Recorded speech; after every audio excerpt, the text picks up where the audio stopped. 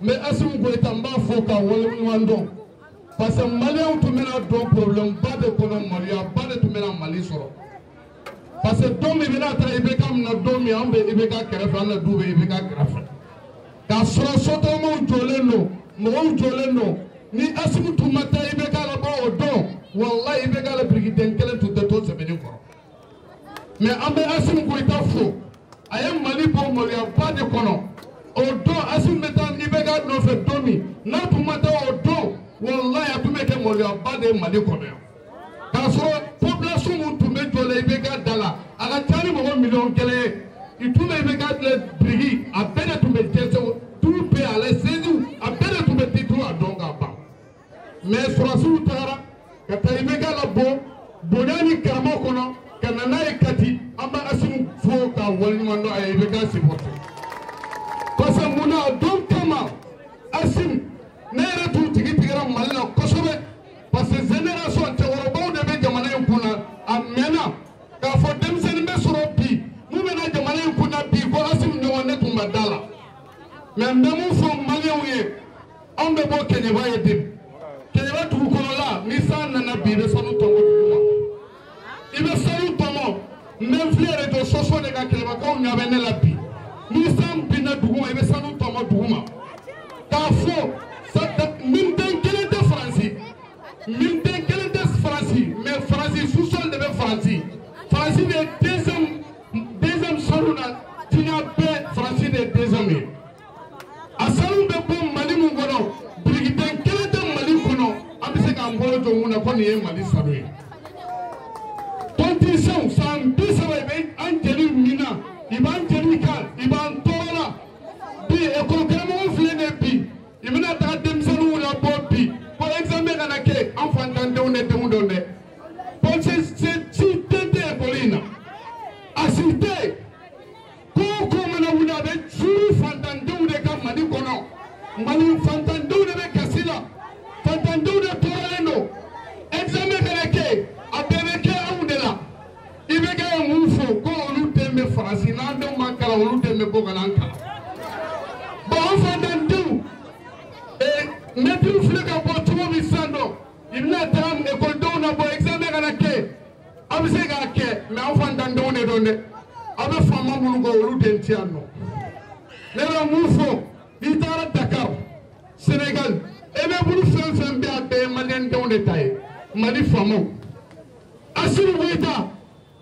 Il y a une élection fliquée. En toi, Zone n'a pas un mot comme vous voulez, la fantôme de Ligue de Séguim. Non, c'est qui notre ami.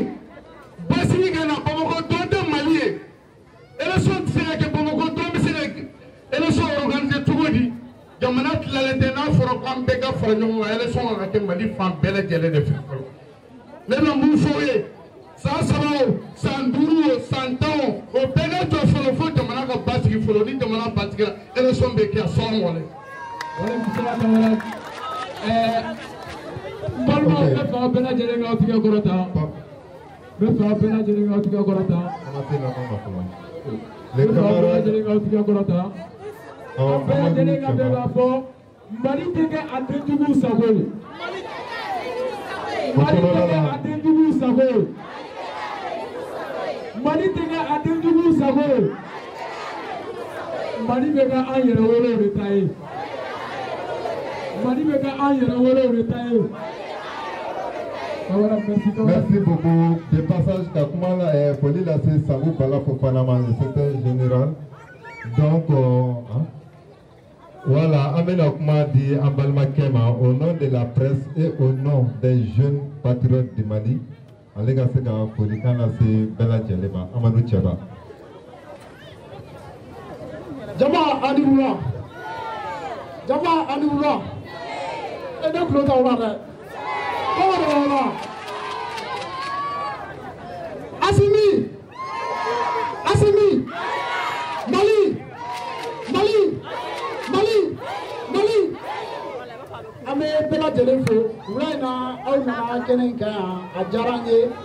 an b'aw fo dante foli min na an b'a fɔ ala ka jamana basigi an b'a fɔ ala ka hakilina ɲuman di an bɛɛ lajɛlen ma donc mɔgɔ mɔgɔ bɔra ka na kɛnɛ kan yan an b'aw fo n'u ma aw natɔ sɔrɔ o kana aw tatɔ sɔrɔ ni ala sɔnna a b'aw tulo ɲɛgɛnɛw jɔlen to inshallah an bɛna taa place de l'indépendance fɛnɛ la a tɛ mɛn wula in na aw bɔra aw ka so ka na nin mun na yan a ka dɔn nin ye alako de ye nin ye alako ye nin ye jamana ko ye ka d'a kan bi hali kɔsa in na mali village dɔ bɛ yen mɔgɔ 50 kɔ o de fagara yen o bɛɛ bɛ ka kɛ mun kama insécurité bɛɛ b'a dɔn o bɛ jamana kɔnɔ donc ni mɔgɔ min bɛ o dɔn fɛnɛ jamana bɛ du min kan n'i tilara ka na k'i bɛ kalata karaba bɛɛ b'a dɔn problème wɛrɛ bɛ tila ka na wuli tuguni élection bɛna tila ka contester tuguni donc an bɛ segin problème in kɔnɔna la donc an ka laɲini tɛ dɔwɛrɛ ye o de ye transition filɛ nin ye maliyɛnw de bɛ se k'a fɔ a bɛ kɛ cogoya min na donc an b'aw bɛɛ fo ala ka hakilina ɲuman d'an bɛɛ lajɛlen ma ala ka fanga in ala k'a basigi ala ka jamana basigi ala ka hakilina ɲuman d'an bɛɛ lajɛlen ma a kɛtɔ b'a ka wa salam. Ok, foli bɛ Amadu ye a ka laseli la ka tila ka foli lase Yɛrɛwolo Tebu sur les remparts ye ka foli lase mouvement ye minnu bɛ accord et relecture fɛnɛ la mouvement fɛn fɛn bɛ Mali kɔnɔna la n'olu ka wuli ka jɔ ye pour que Mali bɛ se ka bɔ nɔgɔ la ka foli lase olu bɛɛ lajɛlen ma an da sera minnu ma an da ma se minnu ma bɛɛ k'a dɔn k'a fɔ k'an bɛɛ lajɛlen bɛ ɲɔgɔn fɛ Mali jɔko la o kɔfɛ an bɛna kuma in sonsori ni hymne national ye Mali jɔnjɔn an bɛna o de da pour que k'a clôturer pour que mɔgɔw bɛ se ka taa so joona cogo min na. balimaw n bɛ aw bɛɛ fa bɛɛ lajɛlen ka wuli k'aw jɔ an ka se k'an ka faso jɔnjɔn da faso in bɛ bɔ nɔgɔ la don min na a tɛ k'an kɔ an bɛɛ lajɛlen ka kɛ sababu ye k'an ka faso in bɔ nɔgɔ la DJ an b'i bolo an bɛ 1 2 3.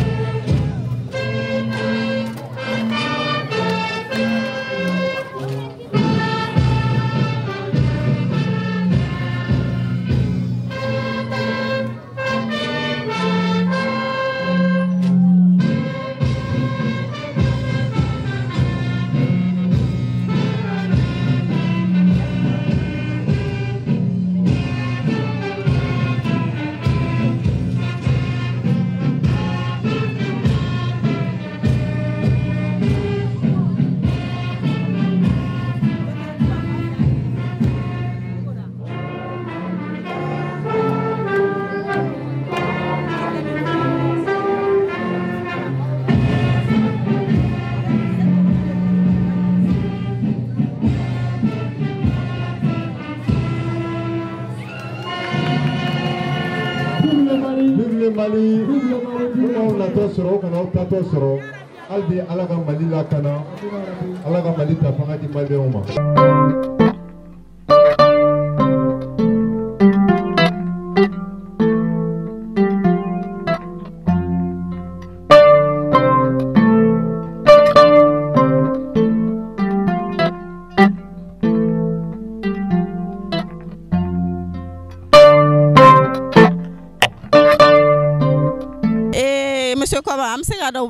Ni cérémonie organisée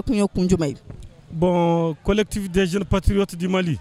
Olu de ni cérémonie organisée. Ou moi organisé dovere kama. Faso do nyuma kama ou ya organisé. Mali kanu de boula, Mali kanu boula. Ou ya de ka fo ko ni transition dans la la. Ni transition ma sa asero la dron. Abse ka den deguye Malioma. C'est pourquoi ou ye demisenu be dalaji, jeunes be dalaji. Kana nu ye ya. Munu ye sini sigi Mali togola. Donc u y'a yira jeunes la k'a fɔ ko ni transition kɛra cogo dɔ la dɔrɔn Mali bɛ dafiri donc u fara ɲɔgɔn kan k'a fɔ ko olu ka laɲini tɛ dɔwɛrɛ Assimi Goïta ka to Mali kunna Choguel ka to premier ministre la fo transition ka kuncɛ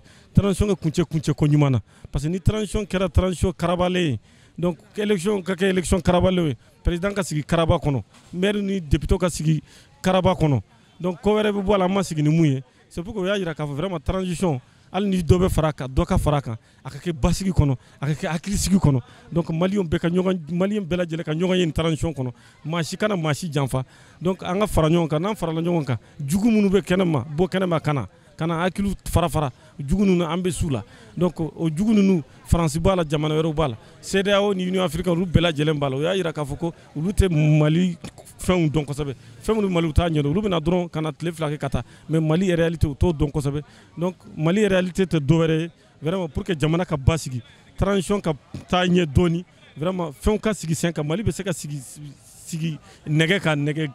giriman kan mun b'a ta to yoba tuguni donc u ka laɲini y'o de ye. Mali sɔrɔla kuma la ko ba an lɔ ne fa an b'a nula ne ba i bɛ se k'i yɛrɛ fɔ mɔgɔw ye dɔɔni. Assalamu alaikum malien den silamɛ jama bɛɛ lajɛlen ne tɔgɔ ye Jakite Mamadou ne bɛ polisi recalé 2019-2020 ne y'o président ye. Jakite Mamadou a ka ni wulada in na événement organisé kun jumɛn ye. An ka wulada in na événement organisé kun ye min ye an tun bɔra ka na jukɔrɔma dondon kɛ transition mɔgɔw ye walasa Mali ka se ka a yɛrɛ sago sɔrɔ u ka se ka Mali la baara fantanw ka b'u ka fantanya ten hakɛtigiw ka hakɛ minɛnen don ka hakɛtigiw ka hakɛ d'u ma ten an balimamusow bɛ degun minnu kɔnɔ u bɛ ka bɔ degun kɔnɔ Mali ka jɔkura cogo la bɛɛ n'i dama ka kan Maliko la cogo min na bɛɛ ka se k'i hakɛ sɔrɔ o la o y'an ka wulada in na bɔkunba ye an y'an profiter o fɛ k'an ka degun belebeleba n'o y'an ka polisi concours ko ye n'an bɔra la cogo min na waleya min n'a ma bɛn k'o ɲɛfɔ jamana ɲɛmɔgɔw ye u k'a ye cogo min na sabula maa minnu bɛ se k'u jukɔrɔma don o ye anw jeunes de ye sabula cɛkɔrɔbaw tɛna se ka se yan a dɔw sen b'u dimi a dɔw kɔ b'u dimi mais anw ka kɛnɛ an sen n'an ka kɛnɛ an nin na an bɛ se ka n'u jukɔrɔma don o yɔrɔ kɔnɔna la an y'an ka hakɛ fana fɔ a kɔnɔna la ka d'a kan. Jakite an y'a y'aw ka kuma kɔnɔna la ko ka transition kana bila ta ko transition tɛ se ka girin ko ka ban k'hali ni dɔ bɛ fara transition kan walasa jamana ka se ka jɔ hakilina jumɛn b'aw ka ko in kɔfɛ. Bon an bɛ fɛ dɔ ka fara transition kan min na sabula ninnu nana u nali ni sisan cɛ an yɛrɛ y'a ye vraiment jamana jɔlaw don u bɛ ka fasodenw dɛmɛ u bɛ ka jamana in jɔ vraiment an ɲɛ b'a la ni ninnu continuera ni Mali ye tan ka s'a wagati min dir'u ma u bɛ nɔbɔ ko la n'olu y'a bila ka sɔrɔ u ma tila u ka baara la minnu bɛ na yala u bɛna a tɔ laban de wa yala u bɛna a tɔni bila cogo di de donc o de hukumu kɔnɔ an bɛ fɛ a ka prolonger u ye min daminɛ u k'o laban ka yɔrɔ furan k'a jɛ k'a bila faama kura natɔ ɲɛ pour que a fana k'a ka baara kɛ lafiya kɔnɔ ka sɔrɔ degun t'a la quoi. Ok Jakite faamali sɔrɔla i ka kuma